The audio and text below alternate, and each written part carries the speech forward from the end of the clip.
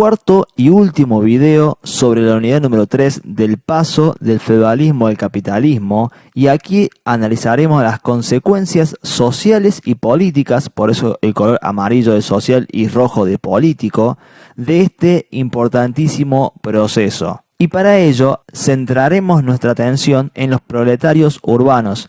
Y ustedes preguntarán, ¿y por qué no miramos también a los proletarios rurales? Si después de todo, ellos también están sufriendo el desarrollo de los cercamientos y esta transición hacia el capitalismo, y también se ven sujetos a estas reglas generales del capitalismo que ya oportunamente hemos analizado. Bueno, sucede que en el caso de los proletarios urbanos, al ellos vivir en barrios trabajadores, barrios obreros, como este de aquí, fíjense, estas son las casas de ellos en ese periodo, van a estar más cerca, y aunque sus condiciones de vida sean en general similares, igualmente malas, que la del proletariado rural, sin embargo, la cercanía de sus casas, la cercanía de estas casas justamente en un barrio obrero, les va a permitir formar lazos de solidaridad entre ellos y unirse en diferentes formas de resistencia que en un momento estaremos explicando. Recordemos, por supuesto, que toda la burguesía agraria, comercial e industrial, las tres tipos de burguesía, ejercen la explotación sobre el proletariado en general, sobre los obreros en general. Y para explicar un poco la situación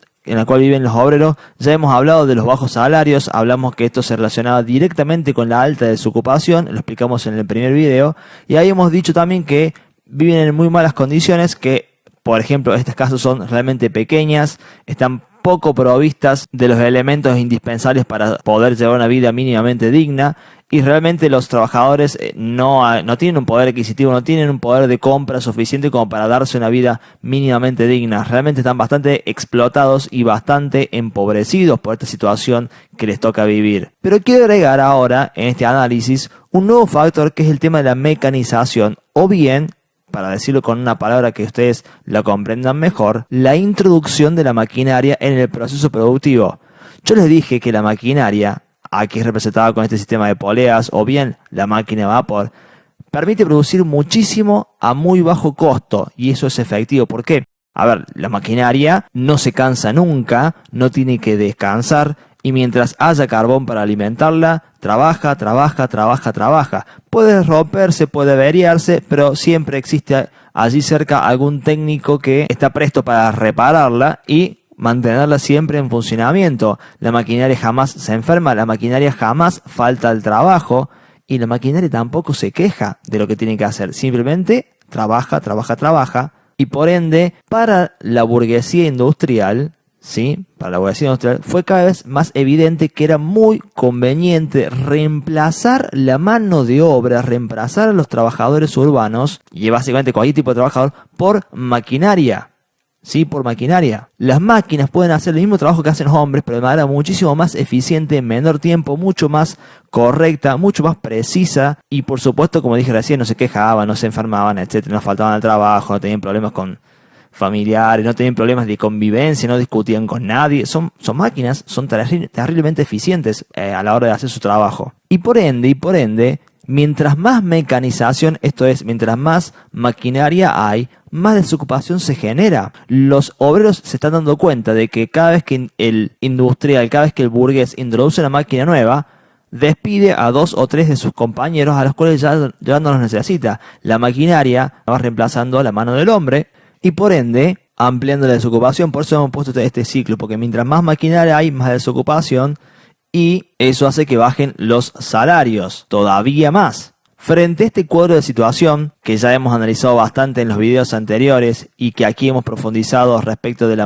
alta mecanización, surge la resistencia, es decir, la oposición por parte de los obreros, y aquí por eso empezamos a usar los dos colores, el amarillo para representar la situación social de los obreros, pero también el político, porque la decisión de resistirse a este proceso de paso del feudalismo al capitalismo, de involucrarse, de participar en él y de buscar que tenga otro tipo de dirección, que vaya hacia otro lugar y que no tenga por completo a los obreros como perdedores en este proceso, es una cuestión política, es una decisión política, ¿sí? Los obreros no quieren ser los peones de este juego de ajedrez, se resisten a ser los convidados de piedra, quieren participar en este proceso, ya sea para evitarlo o ya sea para reconducirlo, para redirigirlo hacia otro objetivo que quieren hacer oír su voz, y eso, hacer oír su voz, justamente es una cuestión política, por eso el color rojo. Comencemos con el primer movimiento, el ludismo. El ludismo viene de Ned Ludd, quien fue uno de los líderes obreros que encabezó una serie de protestas. Básicamente se basaba, y aquí tenemos un dibujo que lo representa, en destruir y sabotear, ya sea de manera secreta o de manera abierta, las máquinas. Básicamente, en este razonamiento que hemos planteado aquí, si la mecanización lleva a que haya más desocupados, entonces la mejor manera de evitar que haya más desocupados es destruyendo las máquinas. Saboteamos las maquinarias del burgués, del patrón, las destruyamos, y así el patrón se verá obligado a mantener al personal, a no despedir a ninguno de estos obreros. Hay que decir que este accionar de parte de los ludistas claramente era violento, no era para nada pacífico, por cierto, y es por esto que generó, por supuesto, mucha repercusión, y en algún punto también desató esta última consecuencia, que fue la represión, que ya la analizaremos más hacia el final del video. El ludismo, en este sentido, era un movimiento antimodernidad, contrario a la modernidad, por la simple razón de que destruía las máquinas, ¿sí? El ludismo era un movimiento, si se quiere, hasta podemos decir conservador, porque quería volver a aquel periodo en el cual en la fábrica prácticamente no había máquinas, había poquitas máquinas, o bien eran como talleres en los cuales se necesitaba muchísima mano de obra humana, por supuesto, y no se usaba maquinaria. Era un movimiento más bien conservador que quería volver y quería oponerse o detener a la modernidad, más que nada al avance del desarrollo de la maquinaria, al avance tecnológico. Pero a diferencia del ludismo, va a surgir otra corriente dentro del movimiento obrero, dentro de los trabajadores, dentro de los proletarios, que va a ser el sindicalismo. Y este es un término que seguramente le es familiar a ustedes, porque el sindicalismo como corriente obrera sigue existiendo hasta el día de hoy. Ahora, debo aclarar que el sindicalismo en sus comienzos no es muy parecido a lo que hoy tenemos en vigencia. Voy a ir haciendo una serie de comparaciones a lo largo del video para que ustedes puedan darse cuenta las similitudes que hay, qué cosas se mantienen desde sus comienzos en el sindicalismo y qué cosas son muy diferentes. En principio, el sindicalismo se basa en la unión de todos los obreros o de todos los que puedan unirse bajo esta característica: no tengas miedo al pez grande, es decir, a la burguesía, más bien organicémonos y venzamos a aquellos que nos oprimen, ¿sí? El sindicalismo se basa en la unión, y seguramente ustedes habrán escuchado esa frase que dice: el pueblo unido jamás será vencido. Bueno, tiene sus principios en esta idea sindicalista de que todos los obreros se unan porque juntos son mucho más fuertes. El sindicalismo, a diferencia del ludismo, no va a estar en contra de la americanización, no va a estar en contra de la modernidad, va a aceptar la maquinaria que introduce el burgués, que introduce el capitalista. Y me tomo un momento aquí: cada vez que yo diga el capitalista, me voy a estar refiriendo a la burguesía. Los burgueses son los capitalistas porque son los que tienen el capital, tienen los medios de producción, etcétera, etcétera. Ya expliqué este esquema, ustedes ya están familiarizados con esto, pero recuerden, cada vez que yo diga que hable del capitalista, estoy hablando de la burguesía, y este es un término con el cual ustedes tienen que familiarizarse también, porque encontrarán en otros libros, en otros planteos, en futuros videos, y también el año que viene, y en quinto y en sexto, etcétera, el término capitalista para referirse a los burgueses, a los patrones, a los jefes,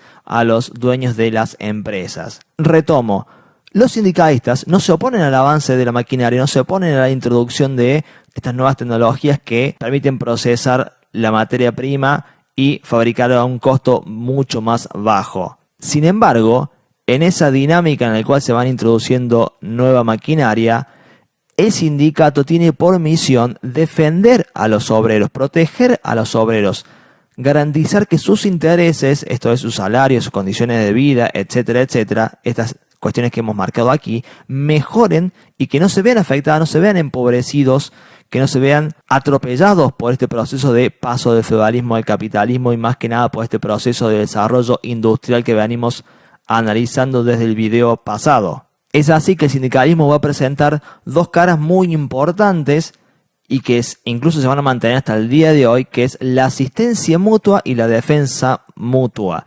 Con asistencia nos referimos a lo siguiente. Piénsenlo de esta manera. Todos los obreros se unen al sindicato y todos los obreros destinan una pequeña parte de su salario voluntariamente, escuchen bien esto, voluntariamente, porque al comienzo los sindicatos están prohibidos por la ley, son organizaciones, se podría decir, ilegales, y como tales no le cobran al trabajador por pertenecer, sino que los trabajadores voluntariamente ofrecen una parte de su salario al sindicato. Esto lo planteo porque aquellos que sepan un poco más sabrán que hoy funciona de manera diferente. Hoy los sindicatos son legales, y hoy a todos los trabajadores les cobran una cuota por su afiliación sindical, por unirse al sindicato. Bueno, esto no pasaba en sus comienzos, esto pasa hoy día, pero en sus comienzos el sindicato no podía cobrar compulsivamente y no estaba respaldado por la ley. En sus comienzos el sindicato era ilegal y los trabajadores aportaban voluntaria y solidariamente porque querían y porque sabían que debían ayudar a sus compañeros. Ese era el principio. ¿Y por qué aportaban? Bueno, justamente porque si de repente alguno de estos obreros, y ahí es donde entra la situación de la asistencia mutua, si alguno de estos obreros era despedido o su sueldo era reducido o bien se enfermaba, no podía concurrir al trabajo y entonces le descontaban el día, bien, el sindicato intervenía y lo ayudaba. Con el dinero y el aporte solidario de todos los trabajadores, entonces todos aportaban unos pesos, digamos, unas libras esterlinas sería en el caso de Inglaterra, y luego el sindicato les repartía a aquel obrero que lo necesitaba, a aquel obrero que estaba en la calle, a aquel obrero que le habían descontado el sueldo, etcétera, etcétera. O de repente incluso, a ver, si el obrero fallecía por diferentes circunstancias, no importa las cuales sean, el sindicato hasta le podía pagar el sepelio, le pagaba el velorio, etcétera, etcétera, porque el sepelio y el velorio era algo bastante caro y hasta el día de hoy lo es realmente. Y entonces el sindicato colaboraba con él en ese sentido, colaboraba con la familia para poder darle un entierro mínimamente digno a ese compañero trabajador. Ahora bien, además de esa cara solidaria, también tenía una cara más bien combativa el sindicato, que es por la cual todos recordamos y conocemos a los sindicatos, que es la de la defensa mutua. Y cuando digo defensa, me refiero a la defensa de todos los obreros, de los intereses que son comunes, de los derechos que estos obreros reclaman. Así, uno de los primeros reclamos históricos de los trabajadores y que se mantiene vigente hasta el día de hoy y que lamentablemente no siempre ha sido respetado, y es un reclamo pero que lo van a escuchar a lo largo de muchísimo tiempo en la historia, es la famosa jornada de 8 horas, que el trabajador no labure de 10 a 16 horas, lo cual es una animalada. Imagínense lo que es trabajar, por ejemplo, 14 horas. Vos tenés 24 en el día, de las cuales trabajas 14, te quedan 10. De esas 10 tenés que dormir por lo menos 7 como para estar más o menos bien, y te quedan 3 horas de tiempo libre en las cuales sí, podés estar con tu mujer, podés estar con tus amigos, etcétera, etcétera, pero la verdad que es muy poco. Entonces por eso siempre han pedido una jornada de 8 horas. Esto no fue cumplido, no fue conseguido, es un derecho que no se concretó durante la primera revolución industrial. Durante este periodo, la jornada de 8 horas fue una bandera de lucha, un reclamo, pero no un derecho garantizado. Eso no se consiguió. Y esto lo planteo porque hoy la jornada de 8 horas es una norma para aquellos trabajadores que trabajan en blanco. Los que trabajan en negro, es decir, de manera no oficial, no siempre se les respeta esta jornada de 8 horas. No voy a explicar qué es trabajo en blanco y negro, aunque realmente me gustaría, porque el video se va a hacer muy largo y no quiero irme demasiado por las ramas. Sin embargo, hay que decir que este histórico reclamo de los trabajadores hoy es una realidad a medias, porque no todos pueden trabajar 8 horas, algunos se ven obligados a trabajar muchísimo más. E incluso me tomo el tiempo para decirlo. Hoy la mayoría de los docentes, por una circunstancia totalmente excepcional, estamos trabajando mucho más de 8 horas por día para llevarles a ustedes las clases, para hacer las charlas de Zoom, para corregir, etcétera, etcétera. Es una circunstancia extraordinaria, no pasa una pandemia mundial todos los días. Sin embargo, hoy día por lo menos los docentes, aunque no solamente los docentes, muchos otros trabajadores nos encontramos trabajando mucho más de lo que legalmente se considera apropiado. Otro de los reclamos históricos fue también el sábado inglés. Inglés no solamente porque es en Inglaterra, sino porque el sábado inglés significa trabajar el sábado, pero mediodía. Trabajan hasta mediodía y después ya les queda libre. Originalmente, y de hecho, durante todo el proceso de industrialización, durante todo el siglo XVIII, El sábado de inglés fue sábado completo, no fue inglés, es decir, se trabajó todo el sábado completo, no fue medio sábado. Este es otro derecho que hoy es una realidad a medias en algunos trabajos, aunque por cierto un poquito más respetado que la jornada de 8 horas, pero que en el momento en el cual se comenzó a reclamar no fue un derecho concretado inmediatamente. Ahora bien, el sindicato reclama, pero para hacerlo necesita implementar una serie de medidas de fuerza, las cuales son manifestaciones en la calle, ¿sí? Ocupar la vía pública, hacer oír su voz con carteles, con marchas, con protestas, etcétera, etcétera.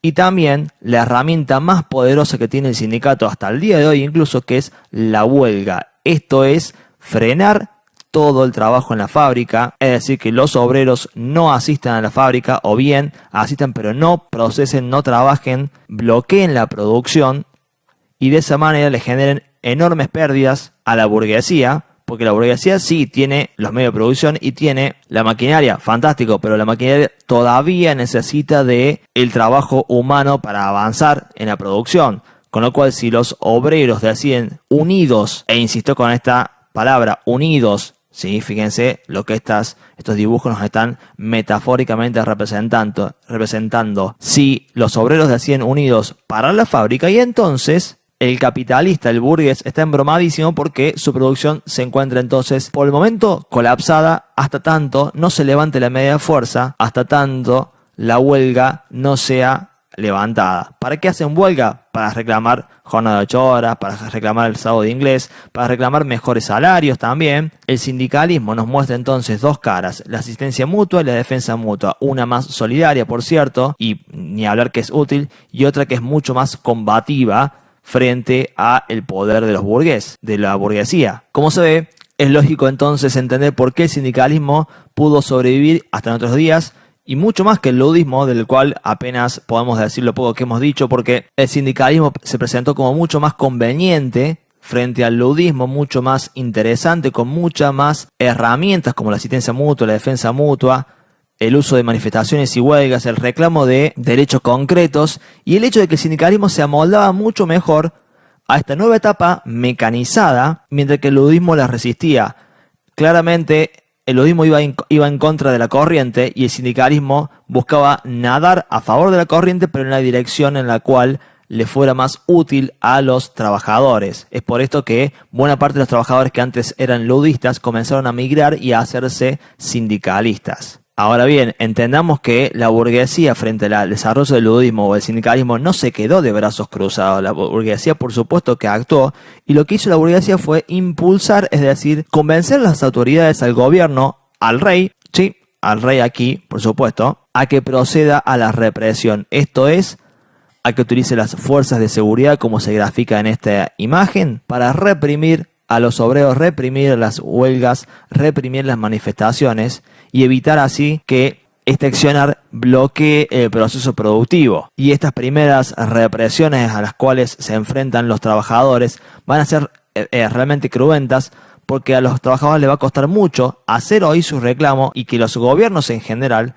escuchen los reclamos de los trabajadores. El camino que van a comenzar a recorrer los sindicalistas y los obreros en general va a ser un camino realmente difícil, pero que va a tener interesantísimos resultados y cambios a lo largo de la historia. Lo último que voy a decir al respecto es que fíjense cómo ya se ha conformado una sociedad capitalista que reúne a dos clases centrales que las podemos encontrar en nuestra sociedad argentina hoy día. Podemos encontrar dueños de empresas medianas, chicas o muy grandes y trabajadores, y podemos entender cómo este esquemita aquí que hemos explicado de manera bastante simple en el primer video nos permite entender incluso la realidad social y económica, al menos mínimamente, de nuestra sociedad argentina, y entender también cómo surgen los sindicatos y cuál es el objetivo de los mismos. Yo sé que seguramente ustedes o sus padres tendrán un concepto muy diferente de los sindicatos y realmente me encantaría poder discutirlo, pero bueno, otra vez lo que planteaban en su momento, estamos en cuarentena y no podemos tener una clase presencial, aunque cuando lo tengamos estaré gustoso de abrir el debate y charlarlo. El sindicalismo es una manera de pelear por los derechos de los trabajadores y, a decir verdad, en un comienzo, cuando los sindicatos son ilegales, cuando los obreros aportan voluntariamente, es decir, porque quieren, no porque los obliguen, y el sindicato entrega beneficios solamente a los obreros que realmente le hace falta, ser sindicalista es ponerse la camiseta y defender a todos los compañeros, defender a todos los demás trabajadores. Hoy en día el sindicalismo está atravesado, y aquí me toca hacer la comparación, por múltiples hechos y acusaciones de corrupción, las cuales en buena medida son ciertas, no lo voy a desmentir. Sin embargo, no hay espacio, en el primer sindicalismo no había espacio para la corrupción, porque el sindicalista que lideraba una protesta era el primero que estaba enfrentándose a las fuerzas de seguridad y era el primero que era elegido por sus compañeros para defenderlo. Y el sindicalista siempre estaba trabajando en la fábrica, estaba al lado de ellos. Y un sindicalista que sea traidor, un sindicalista que se robe el aporte voluntario de sus compañeros, inmediatamente, voy a decirlo de la manera más prolija que pueda, es ajusticiado por sus compañeros que no van a permitir que les robe su dinero, ni le van a permitir que los venda, ni que los traicione. Básicamente, el sindicalista está al lado de sus compañeros trabajadores, y si hace algo indebido, le van a explicar de manera muy rápida y poco académica que está haciendo las cosas mal. Creo que ustedes ya me entienden a qué me refiero. Por eso, este primer sindicalismo que estamos explicando aquí no podía ser corrupto porque no había espacio para eso. Era jugar con fuego. Digo, a ver, si los trabajadores en su momento fueron ludistas y pudieron destruir y sabotear hasta prender fuego máquinas, imagínense lo que pueden hacer con un sindicalista que los pueda traicionar. No hay espacio para hacerse el vivo con los muchachos. No sé si me explico. Y con ello concluyo entonces la unidad número 3. Estaremos viéndonos de nuevo por este mismo canal para la unidad número 4.